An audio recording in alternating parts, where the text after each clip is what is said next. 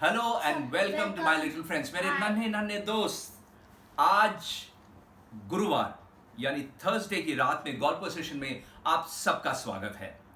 और आज जो हम कहानी लेकर आए हैं, जो हम लोक कथा लेकर आए हैं, ये कहानी पूरे एशिया में, मतलब सिर्फ हिंदुस्तान में नहीं, जकार्ता, इंडोनेशिया, बाली, थाईलैंड, हर जगह में पाई जाती है ये कहानी। जबकि इस कहानी का शीर्षक है कि सांप की जीभ दो फले क्यों होते हैं, why do they have fork tongues. लेकिन इस कहानी का जो प्रमुख पात्र है, यानी जो मेन कैरेक्टर है, वो है गरुड़। मैं आपको सबसे पहले दिखाता हूं कि सांप के जीभ कैसे होते हैं। ये आपको दिखाएगा अगस्त्य ओरिगामी में। अगस्त्य, ये होता है सांप का जीभ। ऐसे वो दो फलियां अंदर बाहर करता रहता है। तो ये कहानी जाती है आज से बहुत साल पहले। ऋषि कश्यप के काफी सारी बीवियां थी। उनमें से एक बीवी थी जिसका नाम था विनता। विनता या तो विनता के दो बेटे थे और उनमें से एक बेटा था गरुड़। गरुड़ जो था गरुड़ की शक्ल जो थी वो बाज जैसी थी। अब ये बाज कैसे होती है? बाज होता है आज के जमाने में जिसको हम बोलते हैं ईगल। और ये कैसा दिखता है ये दिखाएगा आरो आपको। तो ये है गरुड़ की शक्ल, यानी बाज पंछी की शक्ल। तो गरुड़ जो था वो बहुत अपनी मां को बहुत मानता था। तो और उसकी सौतेली मां जो थी उसका नाम था कादरू, और कादरू के बहुत बेटे थे, वो थे सांप। कादरू was very jealous. यस। तो कादरू ने विनता का और उसके बेटे को बंदी बना के रखा था। Because they had a bet. Okay. तो ये जो है, ये गरुड़ जो था, ये बिल्कुल इसको ये पसंद नहीं था कि मैं और मेरी माँ बंदी हैं। तो गरुड़ ने अपनी माँ से पूछा कि माँ, हम यहाँ से आज़ाद कैसे हो सकते हैं? विनता ने बोला, एक ही उपाय है, तुम यहाँ से भगवान के जो राजा हैं इंद्र के पास जाओ। उनके पास क्या है? अमृत, जो समुद्र मंथन से निकला हुआ अमृत उनके पास उन्होंने छुपा के रखा है। तुम वो लेके आओ और उससे हमारे को छूट मिल जाएगी, फ्रीडम। तो ये सुनकर गरुड़ जाने को तैयार हो गया, लेकिन उसकी माँ ने बोला, देखो बेटा, बहुत लंबा रास्ता है, ठीक है, तो तुम पेट भर के खाना खाओ, नहीं तो तुम वहां तक उड़ नहीं पाओगे। तो क्या खाएं? उन्हें बोला, देखो मछुआरे हैं, उनको बोला जाता था निषाद। बोले कि देखो यहाँ से नीचे निषाद मछुआरों का एक गांव है, वहां जाके खूब मछुआरे खाओ, लेकिन याद रखना उनके बीच में एक ऋषि रहता है, वो ऋषि को कभी मत खाना। गरुड़ तैयार हो गया, वहां जाके उसने खूब सारे मछुआरे खाए, पर गलती से उसने उस ऋषि को भी निगल लिया।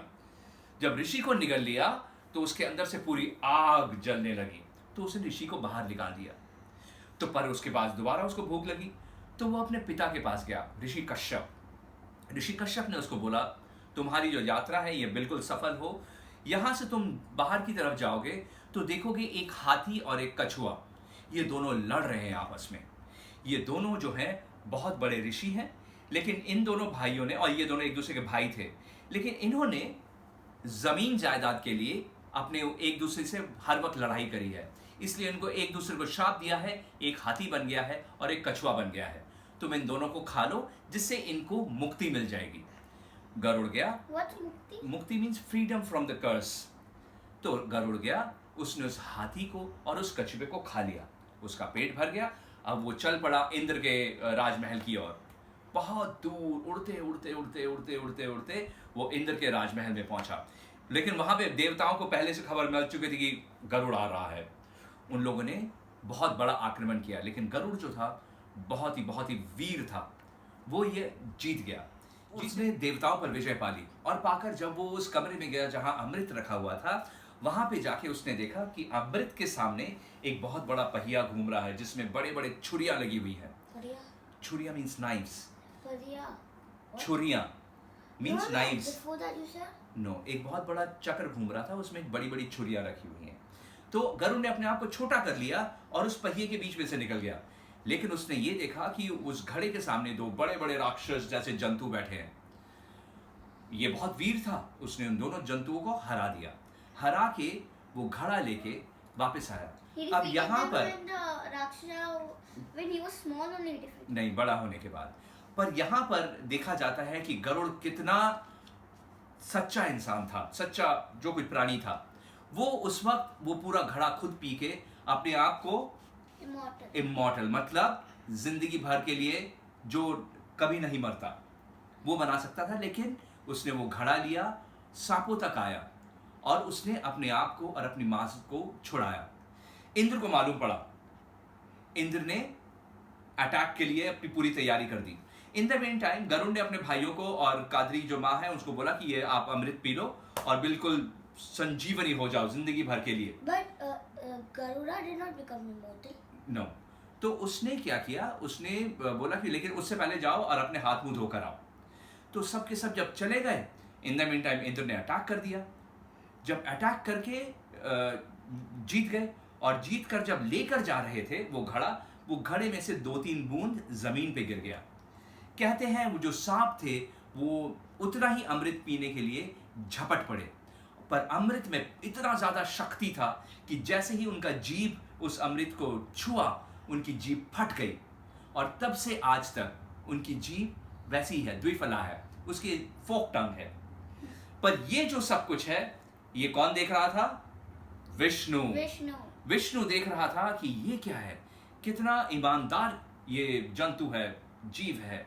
उसने एक वरदान दिया गरुड़ को कि आज से तुम मेरे वाहन, मैं कहीं पर भी जाऊंगा गरुड़ तुम मेरे साथ चलोगे। और तब से आज तक गरुड़ ही विष्णु को और विष्णु के काफी सारे रूपों में उसने आके मदद किया है। तो ये कहानी थी विष्णु पुराण से। हम एक बारी फिर मिलेंगे अगले सेशन में गल्पों के, और तब तक के लिए Bye bye. शुभ रात्रि, गुड नाइट। Shubhratri.